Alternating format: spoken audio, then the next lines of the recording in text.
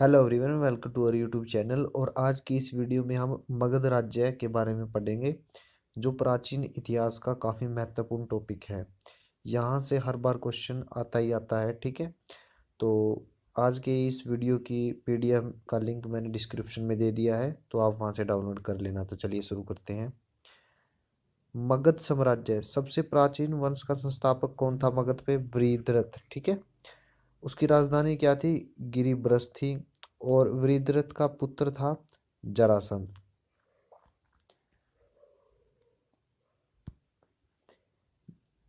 रिपुंजय जो क्या था, अंतिम शासक था।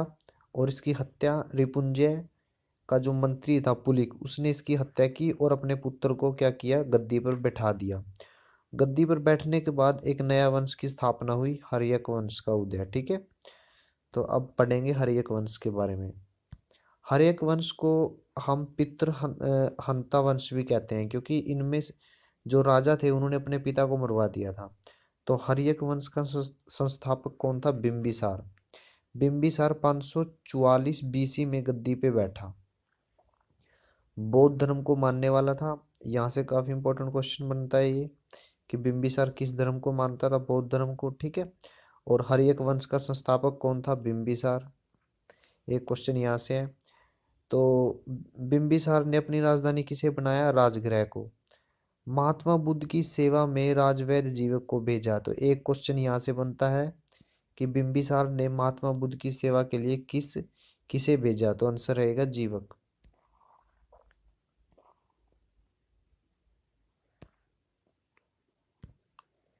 बिंबिसार की हत्या उसके पुत्र अजातशत्रु ने की, ठीक है।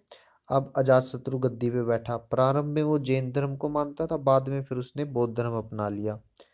उसके शासन काल में बुद्ध को महापरिनिर्वाण प्राप्त हुआ, ठीक है ना, महात्मा बुद्ध को। अजातशत्रु के शासनकाल में राजगृह की सप्तपर्णी गुफा में प्रथम बौद्ध संगीति का आयोजन किया गया। तो यहाँ से भी क्वेश्चन बनता है एक इम्पोर्टेंट, कि प्रथम बौद्ध संगीति का आयोजन कहाँ हुआ? अजातशत्रु के शासनकाल में राजगृह की सप्तपर्णी गुफा के अंदर, ठीक है।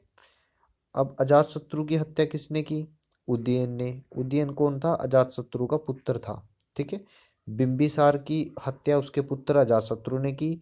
अजातशत्रु की हत्या उसके पुत्र उदयन ने की, ठीक है ना। उदयन ने और क्या किया? पहले राजधानी क्या थी? राजगृह। उसने क्या किया? पाटलिपुत्र, यानी आज जो हम बिहार का जो राजधानी है पटना, पाटलिपुत्र, उसको अपनी राजधानी बनाया, ठीक है ना। हर्यक वंश का अंतिम शासक था उदयन, ठीक है ना। सॉरी, उदयन का पुत्र नागदशक।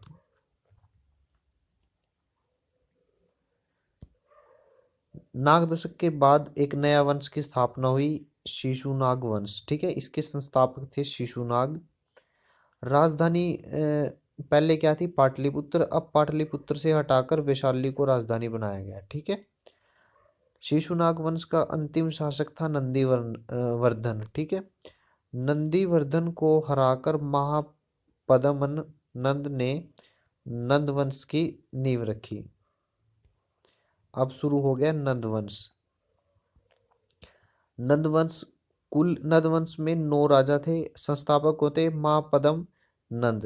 ये यहाँ से एक इम्पोर्टेंट क्वेश्चन बनता है कि नंदवंश के संस्थापक कौन थे? महापद्म नंद, ठीक है। इस नंदवंश का अंतिम शासक था धनानंद। अंतिम शासक कौन था? धनानंद, जो सिकंदर का समकालीन था। सिकंदर का समकालीन था, तो हम सिकंदर के बारे में पढ़ते हैं। सिकंदर का जन्म 356 बीसी में हुआ। पिता का नाम फिलिप था। गुरु अरस्तु थे। ये क्वेश्चन पूछा जा चुका है, गुरु का नाम क्या था? अरस्तु। सिकंदर के सेनापति का नाम क्या है? सेल्यूकस निकेटस। ये भी क्वेश्चन पूछा जा चुका है। सिकंदर ने पंजाब के शासक पोरस के साथ युद्ध लड़ा, और उस युद्ध को क्या क्या कहते हैं? हाइडेस्पीज का युद्ध, ठीक है। और किस, या फिर झेलम का युद्ध। मृत्यु कहाँ पे हुई? बेबीलोन में, 33 वर्ष की आयु में, ठीक है। अब यहाँ पे देखते हैं, धनानंद जो अंतिम शासक था नंदवंश का, उसको हराया किसने? उसको हराया चंद्रगुप्त मौर्य ने। और किसकी मदद से हराया? चाणक्य, जिसको हम कौटिल्य भी बोलते हैं, उसकी मदद से उसको हराया और किस वंश की स्थापना की? मौर्य वंश की। अब नया वंश कौन सा आ गया? मौर्य वंश। अब मगध पे मौर्य वंश का मौर्य वंश की स्थापना हुई, ठीक है ना। इसके संस्थापक कौन थे? चंद्रगुप्त मौर्य। तो एक क्वेश्चन यहाँ बनता है, ठीक है। चंद्रगुप्त मौर्य का जन्म 345 बीसी यानी ईसा पूर्व हुआ, एक क्वेश्चन ये है। मगध की राजगद्दी पर बैठा 322 बीसी में, जैन धर्म को मानता था, ठीक है। तो एक क्वेश्चन ये है। चंद्रगुप्त मौर्य ने जो जैन धर्म को मानता था, उसने इसकी दीक्षा कहाँ से ली? गुरु भद्रभाव से, ठीक है। तो एक क्वेश्चन ये भी है।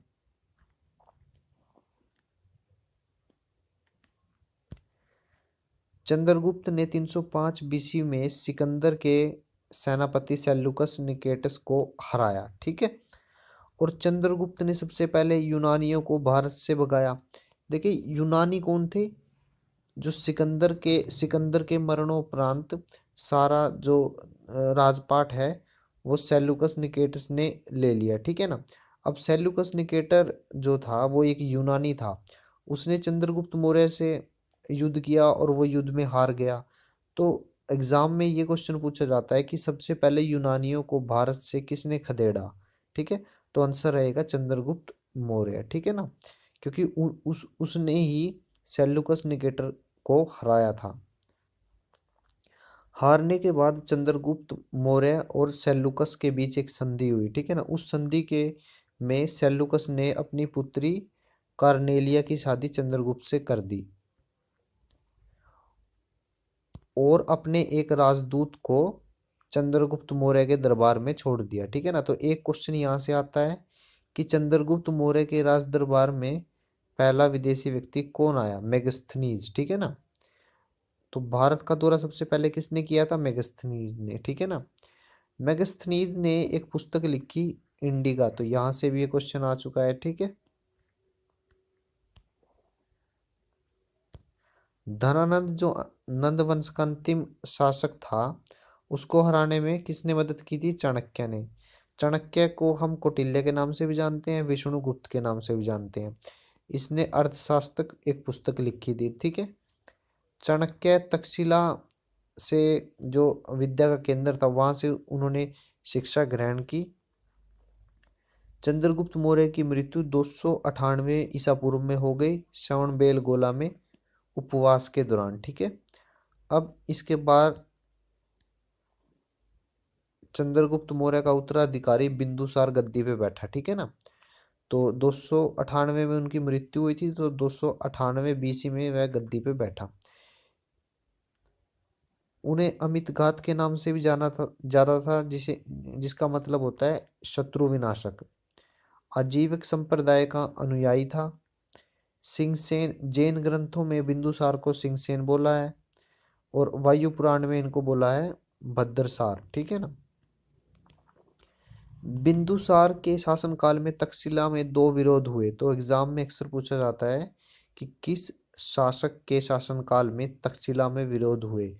तो आंसर रहेगा बिंदुसार।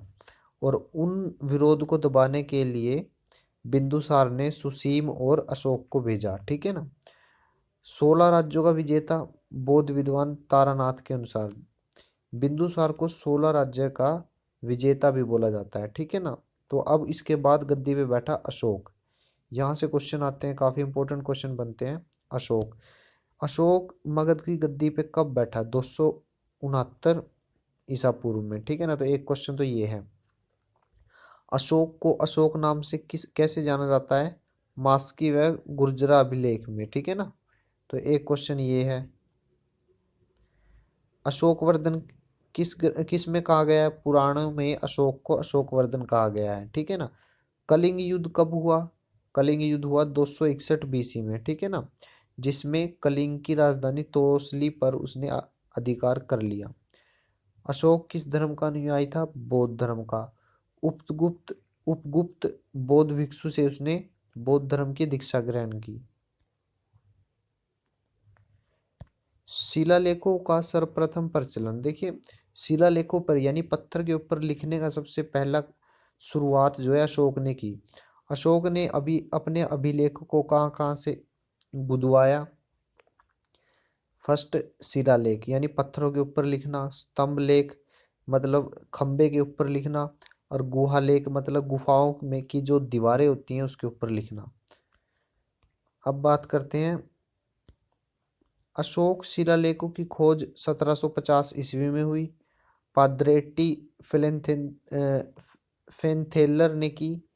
14 शिलालेख हैं टोटल। अभिलेख को पढ़ने में सबसे पहली सफलता 1837 में पाई गई। ठीक है ना। अब अशोक के जो शिलालेख थे उनके बारे में पढ़ते हैं।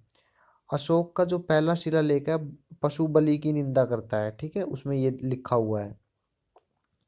दूसरे अभिलेख में पशु मनुष्य की चिकित्सा व्यवस्था, उसमें ये दिया गया है कि पशु और मनुष्य की चिकित्सा की व्यवस्था की गई है। ठीक है ना।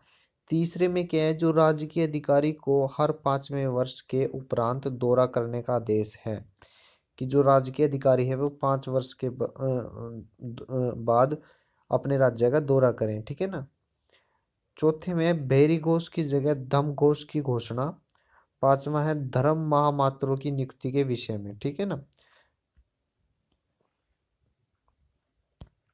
छठा है आत्म नियंत्रण की शिक्षा। सातवां और आठवां अशोक की तीर्थ यात्रा, यहां से क्वेश्चन आता है अशोक की तीर्थ यात्रा। अच्छा, नौवां लेख है सच्ची भेंट सच्चे शिष्टाचार का उल्लेख। 10वां है आदेश राजा व अधिकारी प्रजा के हित में सोचे। ठीक है ना।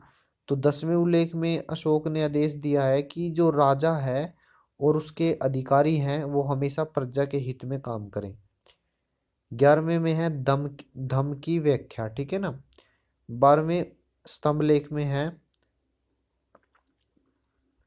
स्त्री महामात्रों की नियुक्ति।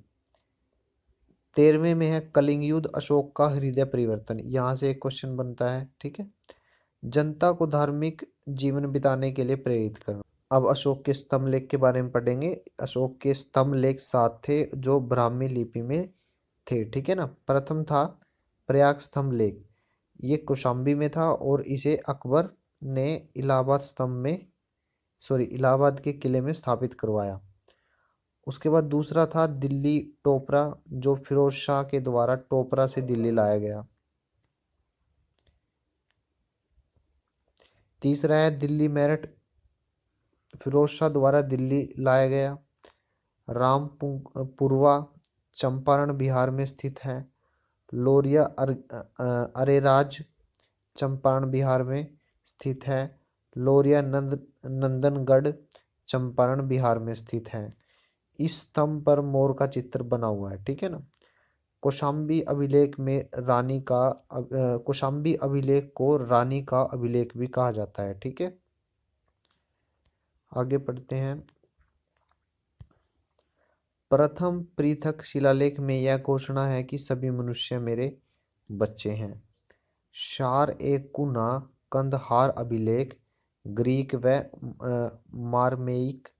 आर्मेइक भाषा में लिखा हुआ है। ठीक है ना, दोनों में है ये। अशोक का सबसे छोटा स्तंभ लेख है रुमिनदेई। ठीक। अशोक का 7वां अभिलेख सबसे लंबा है। अशोक के समय 5 प्रांत थे। उत्तरापथ तक्षशिला इसकी राजधानी थी। अवंती राष्ट्र उज्जैनी इसकी राजधानी थी। कलिंग तोसली इसकी राजधानी थी। दक्षिणापथ सुवर्णागिरी इसकी राजधानी थी। प्राची पाटलिपुत्र इसकी राजधानी थी। ठीक है। अंतिम शासक कौन था? वृहद्रथ था। मौर्य वंश 137 साल तक इन्होंने राज किया। वृहद्रथ की हत्या उसके सेनापति पुष्यमित्र शुग ने की 185 बीसी में। शुग ने इसकी हत्या करने के बाद शुग वंश की स्थापना की। शुग एक ब्राह्मण था, इसलिए ब्राह्मण साम्राज्य की स्थापना हुई। इसके संस्थापक थे पुष्यमित्र शुग। राजधानी विदिशा थी। 2 बार अश्वमेध यज्ञ किया इसने, और पतंजलि ने अश्वमेध यज्ञ कराए। ठीक है ना। बरहूत स्तूप का निर्माण किया। अंतिम शासक था देवभूति, इसकी हत्या 73 बीसी में वासुदेव ने की और कण्व वंश की स्थापना की।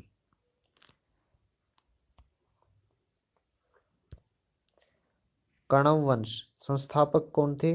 वासुदेव। अंतिम शासक क्या था? सुशर्मा। हत्या, इसकी हत्या किसने की? 60 ईसा पूर्व में शिमुक ने की।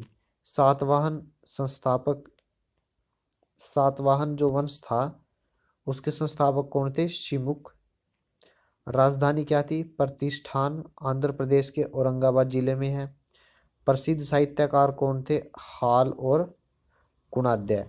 तो एक क्वेश्चन यहां से बनता है। सातवाहन शासकों ने चांदी, तांबे, सीसा, प्रोटीन और कांस्य की मुद्राओं का प्रचलन किया। ये क्वेश्चन यहां से बनता है।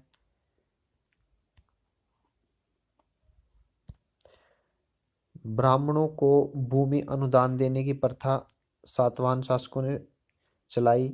उनकी भाषा क्या थी? प्राकृतिक और लिपि थी ब्राह्मी। ठीक है ना। महत्वपूर्ण कृतियां क्या क्या थी? अजंता और एलोरा की गुफाएं, अमरावली कला का विकास और कार्ले का चैत्य। ठीक है, तो एक क्वेश्चन यहां से बनता है। Thank you.